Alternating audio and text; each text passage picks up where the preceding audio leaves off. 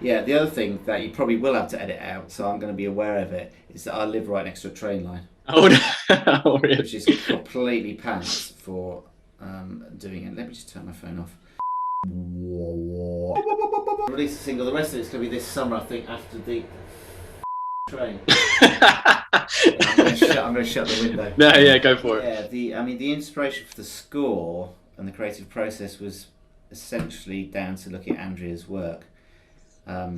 It just kind of directs you and guides you. You don't really. It was something that came very easy because she was so easy to work with, and she's such a genius, and she's such an incredible person who lives. I mean, Andrea, she started when I found her on Instagram. I basically looked for. I was looking for work essentially, as we all do, and it was a few years ago, and I was looking for. I thought, I know. Let's go through Instagram and see which people are doing little stop animation shorts, and see if I can do little stinks to their music to get essentially my music out there. That was the idea, and so I found her on Instagram. She had 7,000 followers on Instagram. I thought, oh, that's not bad. Yeah. So that's okay, 7,000. So I got in touch with her. And then within a year, and then she asked me to do a reel for her. So I wrote music for a reel, so like a 1 minute reel. And we got on really well, and she's great. And she lives in this place in that's my phone going off, it's my wife. I was just going to check mine as well. Yeah, let me turn my phone off. She just sent me a medal, basically. My wife just sent me a medal because I put up some bookshelves. I put up a bookshelf in the studio, and so she sent me a picture of a medal. And I think there's an element of sarcasm in there. Don't think you should edit that out either. No, we'll keep that in.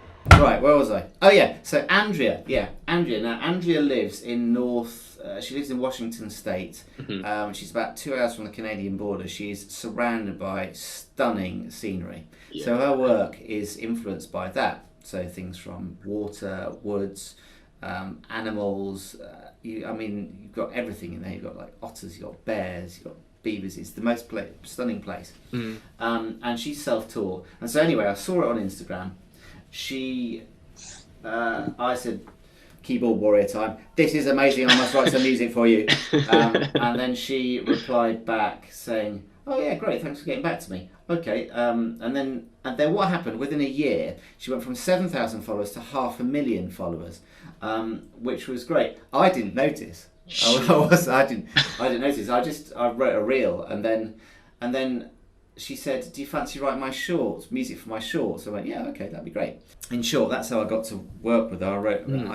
I wrote a 1 minute reel for her, and then she asked me to do a short for her, and then this short's then gone on to be very successful. So it's amazing the amount of work that goes into this short, because it's only short. It's only 8 to 10 minutes. And you think feature films, and I've worked on a couple of features in the last couple of years, and this short took a huge amount of work. Yeah. Because you had to get because hers was so brilliantly put together, and it's so detailed, and she did it over a year. I felt that I couldn't rush it, and I mustn't leave any stone unturned for it. That was of vital importance. So every single microphone, every single instrument, every single thing, even like the final kind of dub and the final mix of it, which I've got my mate Rich Aitken to do, who's a brilliant score mixer, worked on lots of big projects. He did it in a proper retro style as well, so it's mixed through with the really nice retro and analog equipment and things. So the whole it's just been really beautifully kind of put together, which took quite a while. Yeah. Because it's old school. Yeah. It's got to be. That's Whereas so you can cool. smash out a film score with lots of synths and sounds, and you can smash it out quite quickly, to be honest. Yeah. You know, whoa, like that bit filters.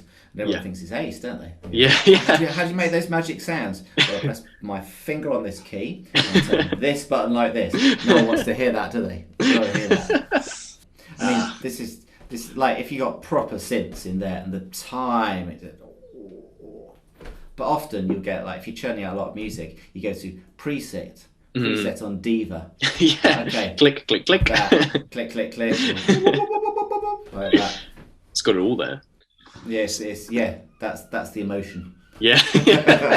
Right there. Like how many instruments were used for the orchestra for the Tulip soundtrack? Violin, viola, cello, mandolin, mando, cello, 4 or 5 recorders, flute, alto, flute, and me on trumpet, French horn, a lot. 20, about 20. It's not a full-size orchestra, it's a chamber ensemble, but it's lots of different parts. Yeah. All layered. Oh, guitar as well. Mm-hmm. Double bass, washtub bass. I was trying to when I was listening to the single. I was trying to work out. I was trying to sort of listen and try and see how many instruments I could try and pick out. I couldn't do it after a lot. Well, they wanted an Irish vibe, Irish versus American vibe. There. So they wanted American folk and Irish folk combined. Yeah. So you've got the kind of Cayley vibe, and you've got the whistles, but then with the American, you've got very much the fiddle, which is the both, but you've got washtub bass, etc.